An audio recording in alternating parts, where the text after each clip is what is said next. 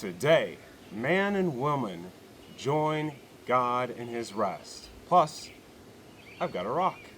Let's illuminate together. Roll title card. If you want a flash of production, then this show is not for you. Yep, I still have the rock. This is going to be our object for the lesson today. We are going to talk about the seventh day. But for a recap, I thought I would talk a little bit about perspective and where we've come so far. Remember, the God of the scripture is an abstract deity, and he was just all by himself thinking about what a wonderful thing it would be if people could talk with him. So he created a space where conscious life could live, and that's all been completed. The 6th day has been completed, right? But this poem is about a thing called perspective. And the truth is that this is a rock. We can call it whatever we want. We could call it a yak if we want. We could call it a cow, but most of us would agree it's a rock. And it looks pretty unassuming. We could call it a pebble. But if we change our perspective, we get a new vision of that rock. This one has more of a scar or a deep cut of quartz, right?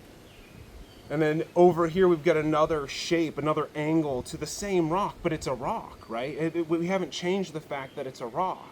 It's objectively true. We can call it whatever we want, but it's going to stay this thing that came from the earth and has various minerals to compose it in a shape based on how it's been beat up.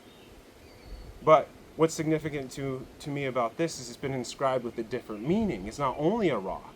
To you it's a rock, you're experiencing the abstract, but to me, the abstract, the heavenly place, that meaning I've inscribed to this rock is it was a gift from my baby brother. And see, he gave it to me because it's funny. It's funny to get a rock. And we both laughed. And so out of all the gifts I got that year, this rock remains a staple in my house. That was just a joke gift.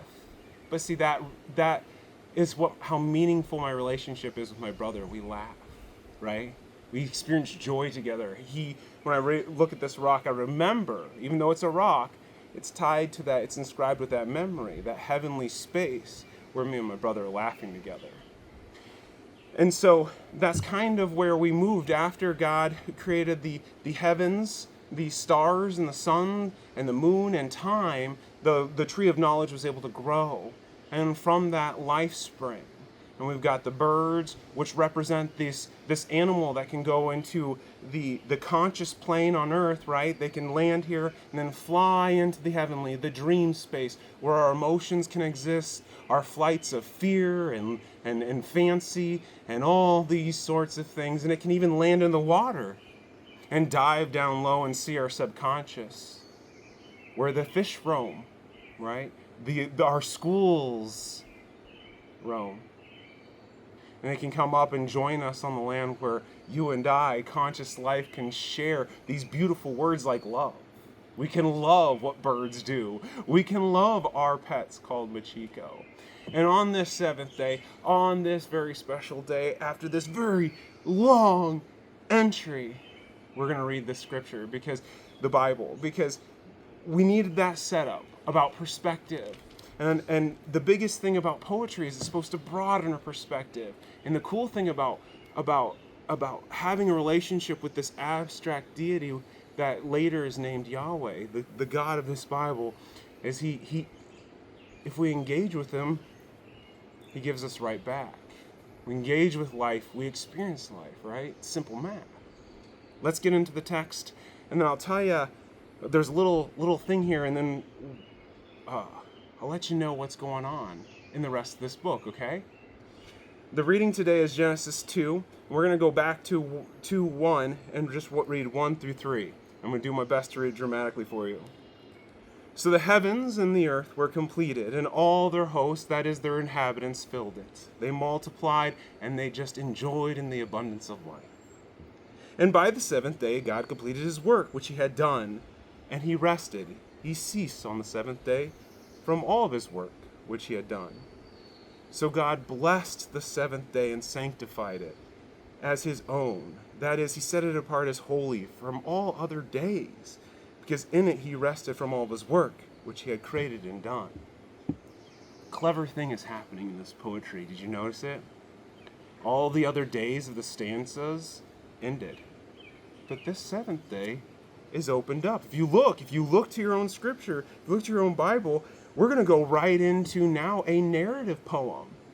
Whereas before we've isolated big ideas into smaller, less complex, biteable ideas. We are now going to spread them out. We're going to really understand how God interacts with us by how he first created us.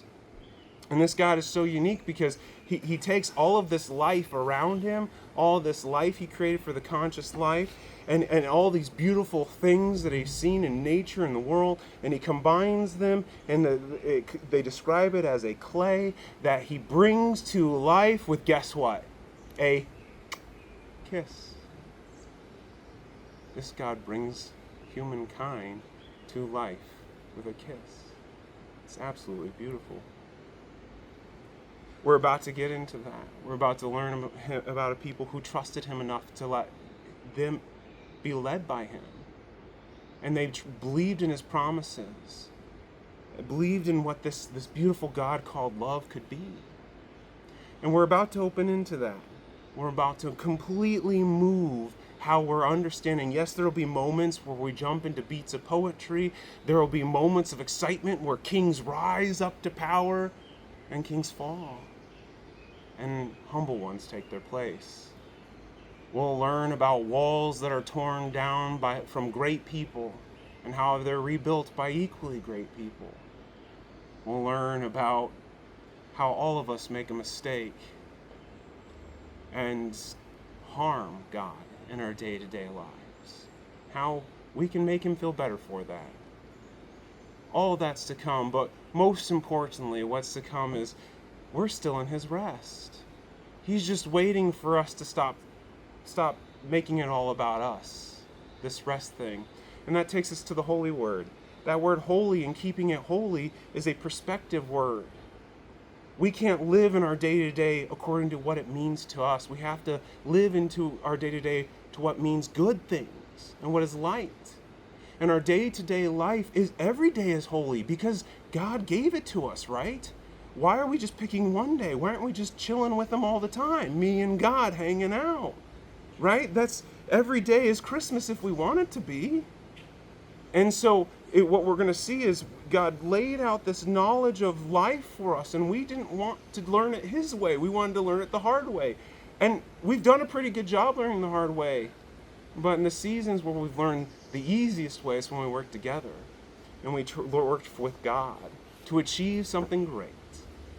And that's what we're about to engage in. We're going to engage in the tree of life that is God's rib, his bride, the Bible. And there we're going to learn more about him. Whatever you want to call this abstract deity. But his spirit fills us all because it's the breath of life. And in that breath of life, the question is, who are you going to be today, fellow Illuminator? Are you going to be someone who is striving for that word, that heavenly word called goodness or love or joy? Are you going to try to make that a thing that's real, that you can pass around you like a rock? Well, until next time, fellow Illuminators, this is just your humble narrator reminding you that you are loved by someone who dreamed you up just so he could have a conversation with you. He just wants to talk to you. And he started this icebreaker by giving you this beautiful word.